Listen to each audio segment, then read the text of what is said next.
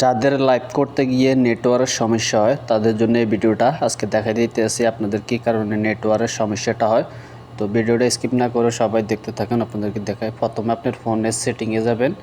এই যে সেটিং অপশনে গিয়ে একটু নিচে আসলে দেখবেন সিম ক্রেডিট অ্যান্ড মোবাইল নেটওয়ার্ক, এখানে চাপ দিবেন। চাপ দিয়ে একটু নিচে এসে দেখবেন ক্রেডিট ফর স্টার্টার্স, ওইখানে চাপ দেবেন। এই যে নিচে দিই মোবাইল ডাটার নিচে দিয়া ক্রেডিট, এখানে চাপ দিবেন। চাপ দেওয়ার পরে যে ম্যানেজমেন্ট নেটওয়ার্ক এখানে চাপ দিবেন। চাপ দেওয়ার পরে এই যে উপরে শুধু ফেসবুক ছাড়া সমস্ত এগুলো অফ করে দিবেন, কারণ সমস্ত এখানে একটা একটা করে এই যে সবুজ টিক মারা চাপ দিয়া অফ করে দিবেন। তাহলে অন্য সার্ভারে লাইভ করার সময় কলও আসবে না, ইমোতে কল আসবে না, হোয়াটসঅ্যাপে কল আসবে না। এরকমভাবে আপনারা অফ করে দেবেন। শুধু ফেসবুক আর মেসেঞ্জারটা রাখবেন, কারণ ফেসবুকের সাথে মেসেঞ্জার অ্যাড করা। এরকমভাবে আপনারা যা যা আছে এগুলো অফ করে দিবেন।